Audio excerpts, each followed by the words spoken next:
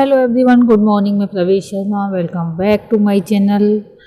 आज का हमारा टॉपिक है विषयों का प्रवेश व निष्कासन, inclusion and exclusion of subjects. तो आइए इसी के विषय में हम आगे बात करते हैं। पाठ्यक्रम पाठशालाओं का महत्वपूर्ण तत्व है, इसलिए बालकों के व्यक्तित्व का संतुलित विकास करने हेतु पाठ्यक्रम में संतुलन और सजीवता होनी चाहिए, यानी कि कृत्रिमता नहीं होनी चाहिए और असंतुलन की अवस्था में भी पाठ्यक्रम में बच्चे रुचि नहीं लेंगे। मनुष्य का जीवन परिवर्तनशील और शिक्षा भी परिवर्तनशील और निरंतर चलने वाली जीवन पर्यंत प्रक्रिया है, इसलिए पाठ्यक्रम भी निरंतर परिवर्तनशील और प्रगतिशील होना चाहिए। ऐसा ना हो कि पाठ्यक्रम का निर्माण एक बार कर लिया और हमेशा के लिए वही चला आ रहा है।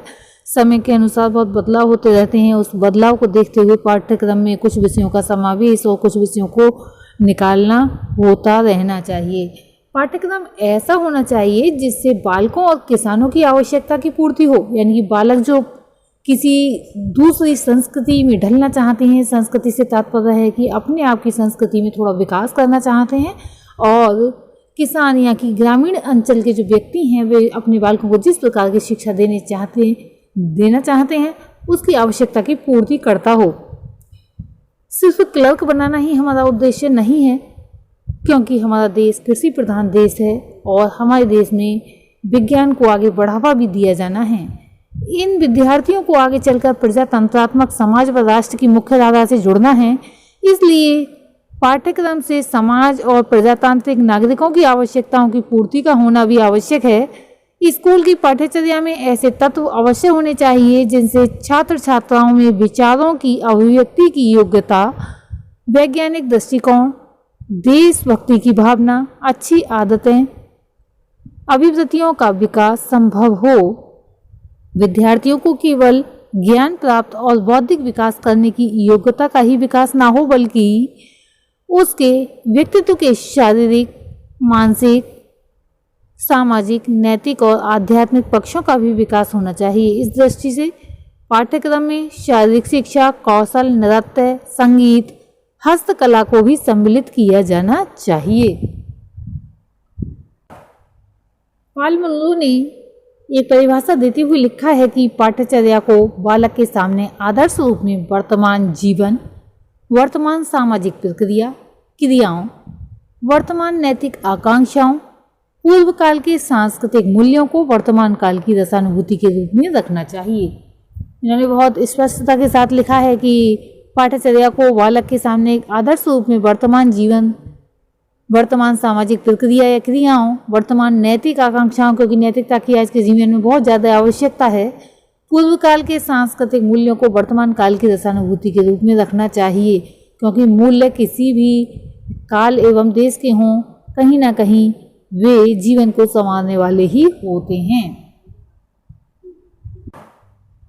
इस विषय में हॉर्न महोदय ने लिखा है, उनकी डेफिनेशन देखेंगे। The curriculum is that which the pupil is taught. It involves more than the acts of learning and quiet study. It involves occupations, production, achievements, exercise, activity. It thus is representative of the motor as well as the sensory elements in the nervous system of the side of society. It is representative of what the race has done in its contact with it would. अब कहने का तात्पर्य यह है कि पाठ्यक्रम वह है जो छात्रों को पढ़ाया जाता है। यह सीखना एवं शांतिपूर्ण पढ़ने से अधिक है। उसमें उद्योग, व्यवसाय, ज्ञानोपार्जन, अभ्यास एवं क्रियाएं शामिल होते हैं। इस प्रकार वह छात्र के स्नायुमंडल के संगठन में होने वाले गतिवादी एवं संवेदनात्मक तत्वों को व्यक्त करता है। समाज क्षेत्र में यह वह सब अभिव्यक्ति करता है या अभिव्यक्त करता है जो जाति ने संसार के संपर्क में कार्य किए हैं। इनके अलावा भी ब्लूबेकर ने लिखा है कि पाठ्यक्रम के अंतर्गत विद्यालय के नियंत्रण में सीखने वाले के सभी अनुभव सम्मिलित हैं। यह पाठ्यवस्तु, पाठ्यपुस्तक, यहाँ तक कि अध्ययन विषय से अधिक है। पाठ्यक्रम संपूर्ण स्थिति तथा स्थितियों का समूह है जो अध्यापक तथा विद्यालय प्रशासक को प्राप्त होता है। इसके द्वारा विद्यालय के दरवाजे से गुजरने वाले बालकों एवं युवकों के आचरण में परिवर्तन करता है। यहाँ पर एक सारणी बनी हुई है जिसमें दर्शाया गया है पाठ्यक्रम में विषय और क्रियाकलाप प्राथमिक स्तर यानी कि 5 वर्ष तक।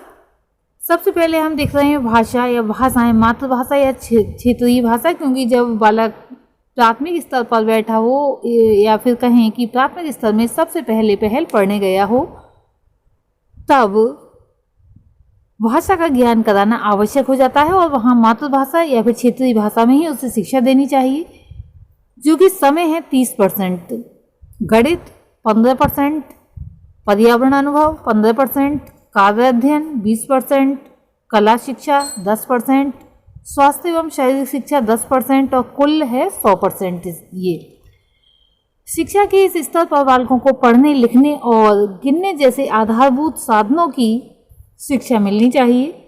उसे अपने आसपास के वातावरण में समायोजन करना सीखना चाहिए। उसे ऐसी गतिविधियों में भाग लेना चाहिए जिससे कि उसकी सृजनात्मक यानी क्रिएटिविटी और निर्णयात्मक शक्तियों का विकास हो सके, और इसके साथ साथ स्वस्थ जीवन की आदतें भी सिखाई जाएं। इस स्तर पर मातृभाषा को दृढ़ आधार बनाए रखने हेतु पहले 4 सालों में मातृभाषा के अतिरिक्त कोई और भाषा न सिखाई जाए। बालक की बुद्धि और विकास के साथ साथ पाठ्यक्रम में भी क्रमबद्धता के साथ विस्तार होना चाहिए। प्रारंभ में बालकों को सीखने की दृष्टि से केवल भाषा और प्रारंभिक गणित पर विशेष बल दिया जाना चाहिए। पर्यावरण का अध्ययन शुरू में अनियमित होता ही है। बालक अपने आसपास के सामाजिक, नैतिक और प्राकृतिक पर्यावरण को देखेगा और देखने के बाद जो कुछ समझेगा उसका अपने साथियों से आदान प्रदान करने का प्रयास करेगा, तो इससे ज्ञान में वृद्धि होगी। तीसरी कक्षा में पर्यावरण के अध्ययन से चलकर सामाजिक और विज्ञान तक पहुंच जाएगा, यानी कि स्वतः ही पहुंचेगा, आगे बढ़ेगा और उसका जो पाठ्यक्रम होगा उसको समझ सकेगा और आत्मसात कर सकेगा। इस स्तर पर पहुंचने के पश्चात इन विषयों को नियमित रूप से पढ़ाया जाए, लेकिन जो कुछ पढ़ाया जाए उसका स्वरूप प्रारंभिक बालकों की आत्माभिव्यक्ति, सृजनात्मकता के लिए संगीत, कला, हस्तकला, नाट्यकला और अभिनय कला से संबंधित क्रियाकलापों का संगठन अवश्य करना चाहिए। अब नेक्स्ट सारणी हम देखेंगे उच्च प्राथमिक स्तर। ये 3 वर्ष के लिए इसमें दर्शाया गया है। इसमें है 3 भाषाएं, यानी कि अंग्रेजी, हिंदी और एक अन्य भाषा हो सकती है, यानी कि एक क्षेत्रीय भाषा साथ में रहेगी या फिर मातृभाषा रहेगी, 2 अन्य भाषाएं रहेंगी। गणित, अब जो भाषाएं हैं उसका 32%, गणित 12%, विज्ञान 12%, सामाजिक विज्ञान 12%, कार्य अनुभव 12%, कला शिक्षण 10%, स्वास्थ्य एवं शारीरिक शिक्षा 10% और कुल 100%। अब इसके विषय में कहा जा सकता है कि उच्चतर प्राथमिक अवस्था में छात्रों के आने पर अलग अलग विषयों पर बल दिया जाएगा कि पढ़ाई अधिक व्यवस्थित हो जाएगी। पाठ्यक्रम विषय क्षेत्र की दृष्टि से विस्तृत और विषय वस्तु की दृष्टि से गहन बन जाएगी। शिक्षण पद्धतियां पहले की अपेक्षा अधिक प्रणालीबद्ध हो जाएंगी और प्राप्ति का स्तर अधिक विशिष्ट और स्पष्ट बन जाएगा।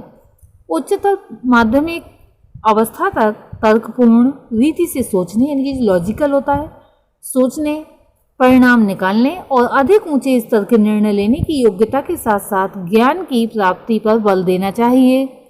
विज्ञान, अब जैसे भौतिकी, रसायन विज्ञान, जीव विज्ञान, भूविज्ञान और खगोल विज्ञान के रूप में इसे पढ़ाया जाना चाहिए।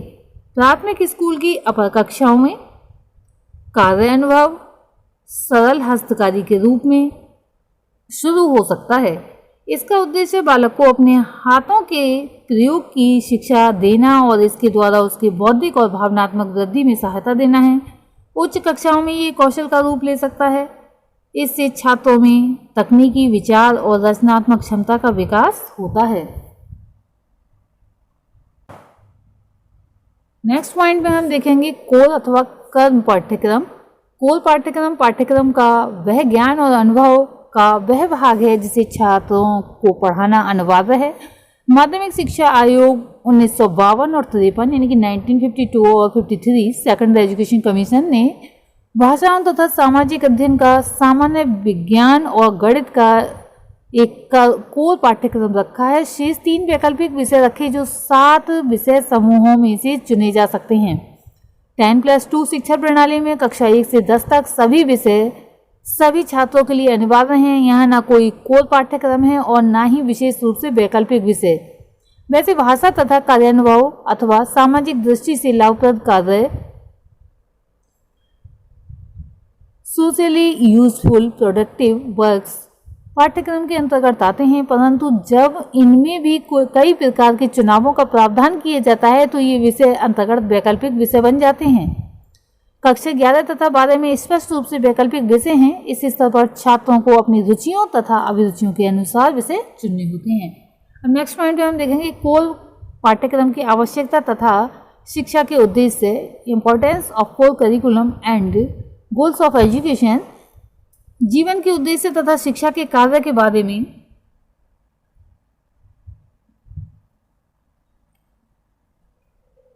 पूरी तरह से विचार करने के बाद हम स्कूल पाठ्यचर्या की आवश्यकता महत्व निर्धारित कर सकते हैं।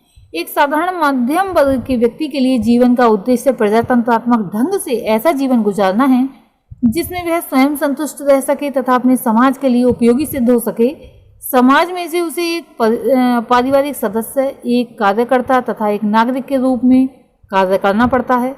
और ये बात सत्य है कि हम में से अधिकांश की सारी क्रियाएं शिक्षा के इन्हीं क्षेत्रों से संबंधित हैं।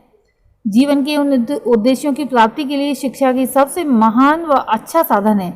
अतः शिक्षा का कार्य है जीवन के लिए तैयारी। शिक्षा मनुष्य को आत्मनिर्भर बनाती है और उपयोगी तथा अच्छी प्रकार से जीवन बिताना सिखाती है।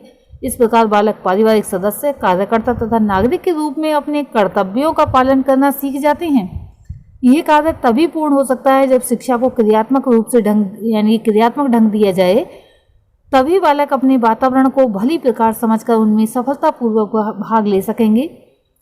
शिक्षा की प्रयोगात्मक सामग्री जो है जीवन में अच्छी बातें ही उत्पन्न नहीं करती, अपितु ये उपयोगी अभिवृत्तियों का निर्माण भी करती है। इसमें यहाँ जीवन के प्रति मोह उत्पन्न होता है, वहाँ मानवता में विश्वास भी होता है। इस कार्य के लिए कोर पाठ्यक्रम की आवश्यकता होती है। इस विषय में डॉक्टर राधाकृष्णन का मत द्रष्टव्य है। उन्होंने लिखा है, हम भूतकाल को याद रखें, वर्तमान के प्रति सजग रहें तथा हृदय में साहस और आत्मविश्वास के साथ भविष्य का निर्माण करें। कोर पाठ्यक्रम को लागू करने का तीसरा महत्वपूर्ण कारण है वैज्ञानिक दृष्टिकोण का सामंजस्यपूर्ण स्थापना करना। नई शिक्षा नीति द्वारा प्रस्तावित कोर अथवा कर्म पाठ्यक्रम निर्धारित किया गया है, जिसमें भारतीय स्वतंत्रता आंदोलन का इतिहास, जिससे कि बालक ये समझ सकें, संवैधानिक दायित्व, राष्ट्रीय एकता के विकास हेतु आवश्यक विषय वस्तु, भारत को साझी सांस्कृतिक विकास, समता, लोकतंत्र एवं धर्मनिरपेक्षता संबंधी विषय वस्तु, लैंगिक समता, पर्यावरण रक्षा, सामाजिक बाधा उन्मूलन, छोटा परिवार आदर्श अनुपालन, वैज्ञानिक दृष्टिकोण का विकास इत्यादि। आज के लिए इतना ही। धन्यवाद।